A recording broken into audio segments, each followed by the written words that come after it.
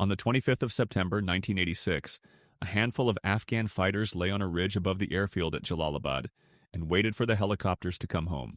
They came in the way they always came, low and slow and unbothered, a flight of Soviet gunships drifting down toward the runway with the confidence of machines that had owned this sky for 7 years. The Mi-24 Hind was a monster.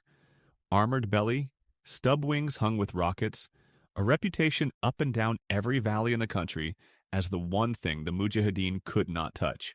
For most of the war, that reputation was simply accurate. A man on the ground could shoulder a rifle, empty it, and watch the gunship keep working anyway. Then one of the fighters stood up with a tube on his shoulder, and the war changed in about the time it takes to read this sentence.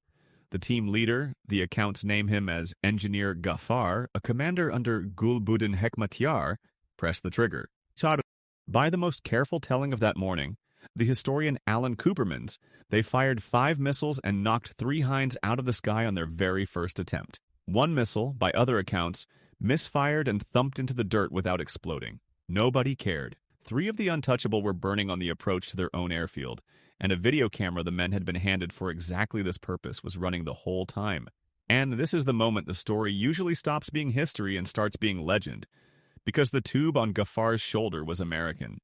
A shoulder-fired missile called the Stinger slipped to Afghan guerrillas by the CYA, and inside of a year, people in Washington were saying it had done something no army had managed in 7 years of fighting. It had broken the Soviet Union's hold on the air. Some went further. Some said it won the war. So here is the question this whole story turns on, and it is harder than that burning footage makes it look. Did a 34-pound missile really drive a superpower out of Afghanistan? Or did it just arrive at the precise moment the whole world wanted to believe that something could? Hold on to that spent launch tube. One of them ended up mounted like a trophy on a congressman's office wall. 600 of them ended up as a problem the CIA spent a fortune and a decade trying to make disappear. To understand why 3 helicopters falling near Jalalabad landed like a thunderclap, you have to understand what the sky over Afghanistan had been up to that point. It belonged to the Soviets completely and casually. Their helicopters and jets hunted in daylight, loitered over villages, rolled in on rebel positions at their leisure, and went home. The Hind gunship in particular had become a kind of psychological weight pressing down on the whole insurgency. Fighters could win a firefight on the ground and still lose the day the moment the gunships arrived because there was no answer to them. The shoulder-fired weapons the rebels did have, old Soviet SA-7 missiles, British blowpipes, were close to useless in practice, easy to dodge, easy to decoy with a single flare. The Pakistani officers running the war on the ground would later describe the search for something, anything, that could reach up and touch a Soviet aircraft as the central problem of the entire campaign. The Stinger arrived wrapped in a promise that spoke directly to that helplessness. This was the newest man-portable air defense missile in the American arsenal, a weapon its boosters described as something close to a magic wand. Point it, hear the tone, pull the trigger, and a multi-million-dollar aircraft simply falls. It was supposed to be the great equalizer, the thing that would finally take the sky away from the men who owned it. And within months of Jalalabad, that promise looked less like marketing and more like prophecy. A declassified American intelligence assessment from 1987 put it flatly. The Stinger had changed the course of the war because Soviet gunships and bombers could no longer operate the way they once had. That is the reputation. That is the promise. A cheap missile in a poor man's hands, canceling a superpower's air force. It is a fantastic story, and large parts of it are even true. The trouble, and the reason this is worth the next half hour of your life, is figuring out which parts. So what was actually on Ghaffar's shoulder? And why did it work when everything before it had failed? Strip away the mythology and the Stinger is a fairly simple idea executed unusually well. It is a shoulder-fired, fire-and-forget missile, meaning once the gunner gets a lock and shoots, the missile flies itself, and he can drop the tube and run. It homes on heat, on the infrared glow of an aircraft's engines. The whole package, missile and launch tube together, runs a little over 5 feet long and weighs about 34 pounds. It reaches out to roughly 3 miles and can climb to around 10,000 feet, moving at better than twice the speed of sound with a small blast fragmentation warhead in the nose. Point it, get the tone that says the seeker has locked, pull the trigger. But those numbers aren't the reason it mattered. The reason is buried in the seeker head, and it comes down to a single idea. Which way could it look? The old missiles the rebels had been given, the Soviet SA-7 above all, could only chase heat from behind. You had to wait for the aircraft to pass, then fire up its tailpipe, because that hot exhaust was the only thing the seeker could see. That gave the pilot every advantage. He saw you coming, he popped a flare, a little false sun, hotter than his engine, and the missile went chasing the flare while he flew away laughing. The Stinger's seeker was a generation ahead. It was cooled, and it could pick an aircraft out from angles the older weapons couldn't, head-on from the side, not just up the tailpipe as the target fled. It could take the shot as the helicopter came at you, which meant the pilot often never got the warning in time to do anything about it. Now, here is a distinction that matters enormously, and that most retellings skip right past. The Stingers the mujahideen received were the earliest model, the basic A variant, the truly flare-proof versions of the Stinger. The ones with the clever dual seeker that could tell a real engine from a decoy came later, and the Afghans never got them. So the weapon in the field was a genuine leap over the junk they'd had before. But it was not the invincible flare-immune killer of legend. That gap between the missile people imagine and the missile that was actually fired is going to matter a great deal when the Soviets start fighting back. Remember it. For about a year, though, the weapon did everything the promise said it would. The kills started stacking up almost immediately after Jalalabad. 2 more Hinds at the end of November, 2 Su-25 strike jets in early December, a radio relay transport plane the day after Christmas. By the spring of 1987, the Stinger had claimed its first Su-17 fighter bomber, and the loss records assembled from Russian aviation sources show the curve bending sharply upward across that whole stretch. The Pakistani intelligence officers running the supply line kept their own tally, and by their count, the fighters had fired something like 187 missiles by August of 1987, and were, at the peak, knocking roughly 1.5 aircraft out of the sky every single day. But the raw kill count is not really where the Stinger did its damage. The damage was in what it did to the way the Soviets were willing to fly at all. And this is the part of the story that even the missile's harshest critics concede. Almost overnight, Soviet aircrew stopped flying low. They climbed. Cargo and transport flights shifted to the cover of darkness. Approaches and departures from airfields became these steep, spiraling, nerve-wracked descents, escorted by helicopters spitting out flares the whole way down. Pilots who used to loiter over a target now flew so high. One Russian expert cites a mandated floor of around 5,000 meters for some missions, that Soviet ground troops started sneering at their own airmen and calling them kosmonauts. Kosmonauts. Men who flew in space and were no use to the soldier in the dirt. That sneer is the whole story in one word. Even where the Stinger wasn't killing aircraft, it was pushing them up out of the altitude band where they could actually see, aim, and support the men on the ground. It didn't have to hit you to beat you. It only had to make you afraid to come down. Drop into what that felt like from the cockpit for a moment. You are a Hind pilot. You have spent years as the most feared thing in the valley. Now every ridgeline is a question mark. You can't hear a launch, you can't see the man, and the first sign that today is your last day is a streak of smoke rising toward you faster than you can think. Your only countermeasure is to never come within reach in the first place, which means the villages you used to rule from 300 feet, you now watch from 2 miles up, through the wrong end of your own war. If you want the real combat record, where a weapon's effect is measured in the enemy's fear, not the press release, subscribe. It's the only version this channel makes. Now, back to the valleys, because both sides were about to realize exactly what they were holding. The Soviet Military Intelligence Service, the GRU, wanted an intact Stinger so badly it dangled the highest honor the country had. Hero of the Soviet Union, for any team that could capture one. Sit with that for a second. A prize reserved for a nation's bravest soldiers, offered not for taking a hill or holding a line under fire, but for bringing home a single undetonated American tube. They eventually got their hands on examples in 1987, and one of the officers credited with the capture was still being decorated for it decades later, receiving the modern Hero of Russia medal on the 30th anniversary of the Soviet withdrawal. That is how much a single one of these missiles was worth to the other side. And here the record throws up the strange details, the ones that stop you cold and complicate any clean story of a wonder weapon. Consider who actually got the missiles. The distribution ran entirely through Pakistani intelligence, and Pakistani intelligence had favorites. The lion's share went to Hekmatyar, a commander long on political ambition.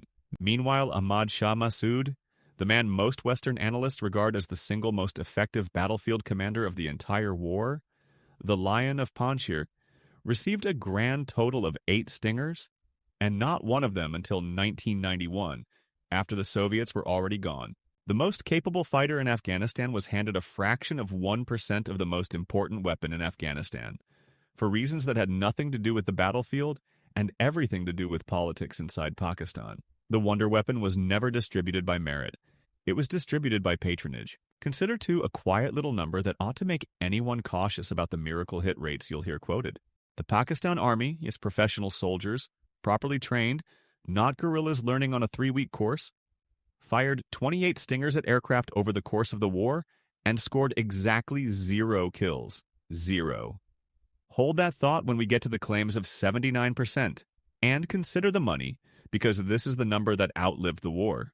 The figure you'll see most often puts a single Stinger at around $38,000.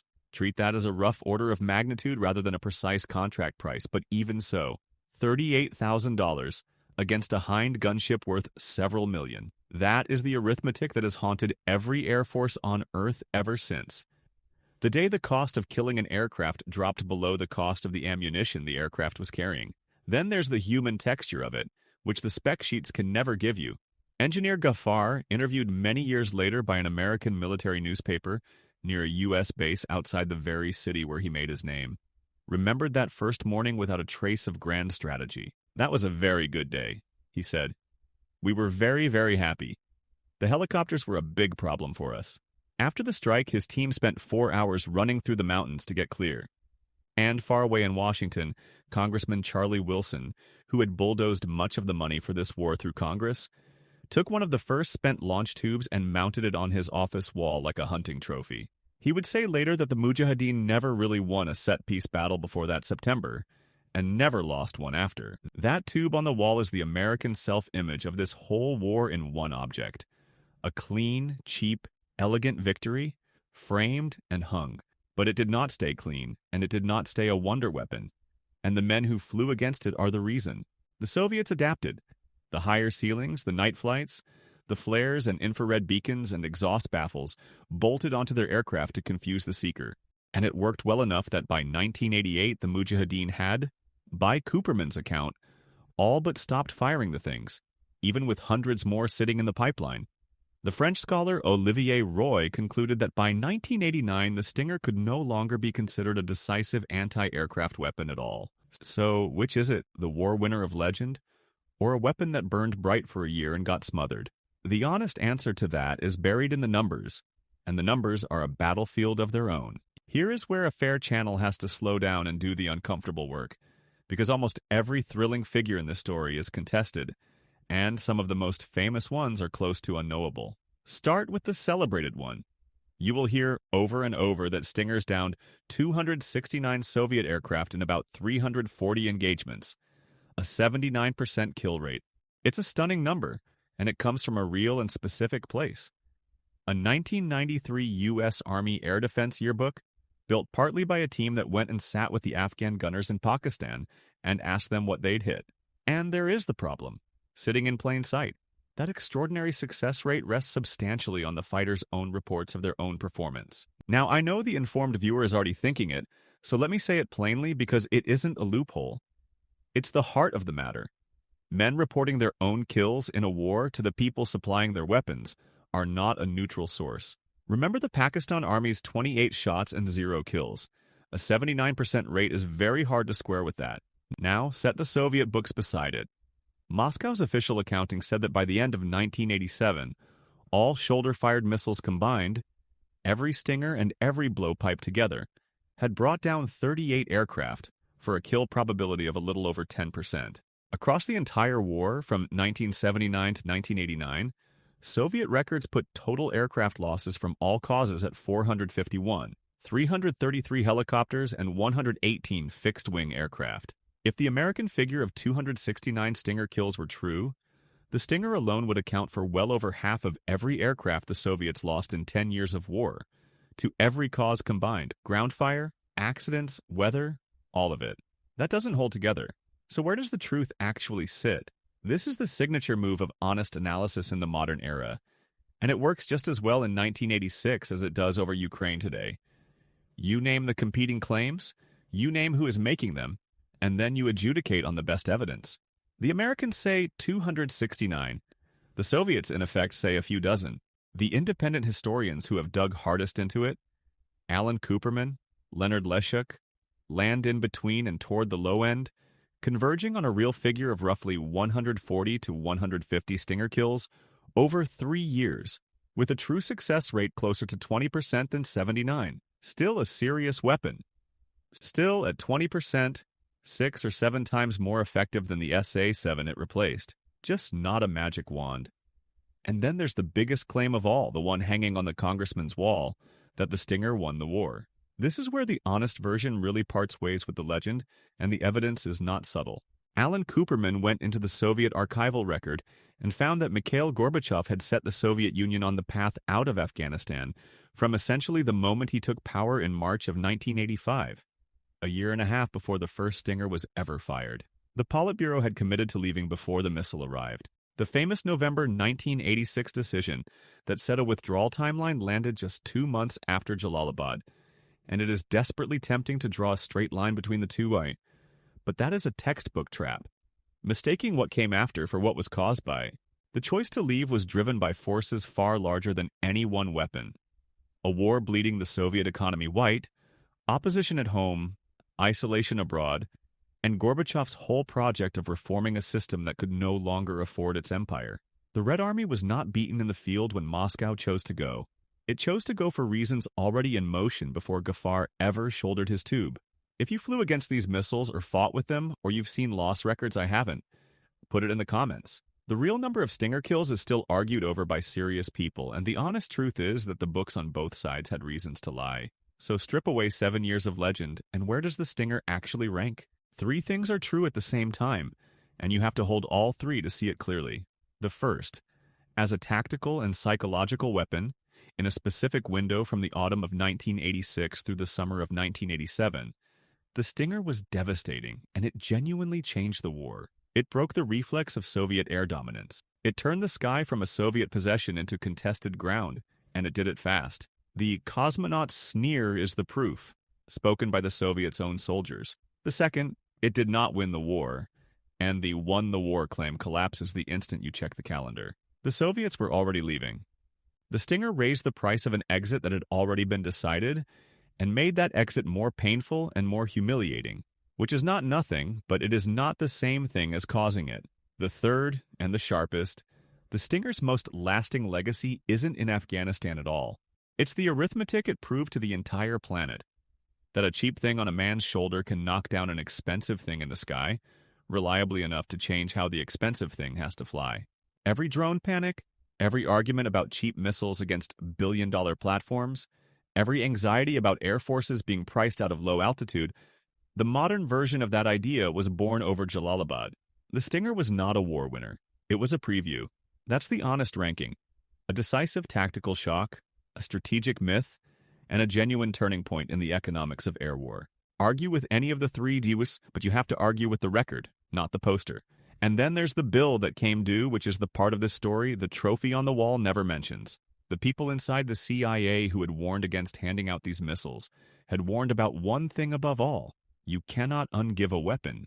Once more than 2,000 of the most effective man-portable missiles on Earth are loose in one of the most volatile regions on Earth, they do not politely disappear when the war ends. And they didn't. Even before the Soviets finished withdrawing, Iranian forces had ambushed a rebel caravan, seized Stingers, and mounted them on patrol boats. Iran was parading captured examples by 1987. 2 mujahideen commanders reportedly sold theirs for around $1 million.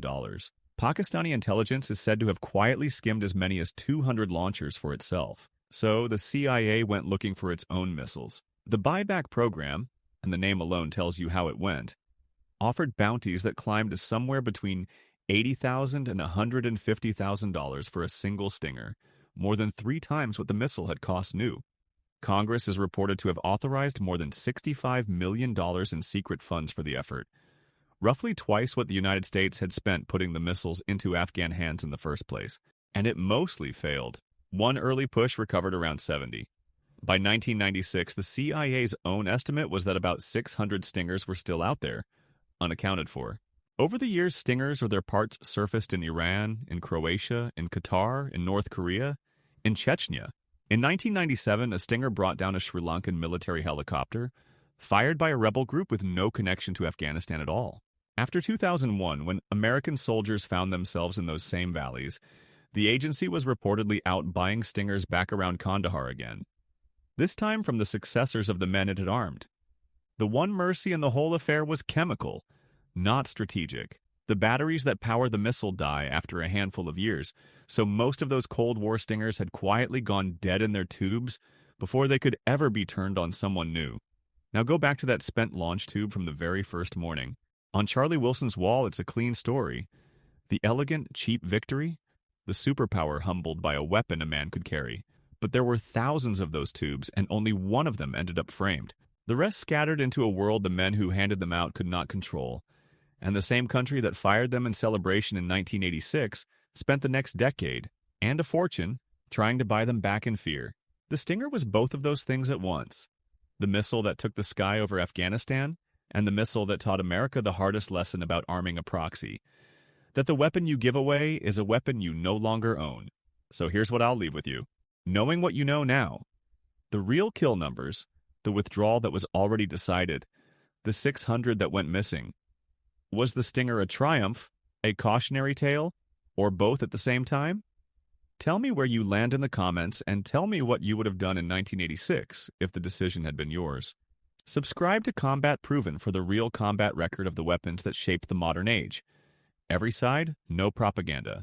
The next system is already loaded and waiting.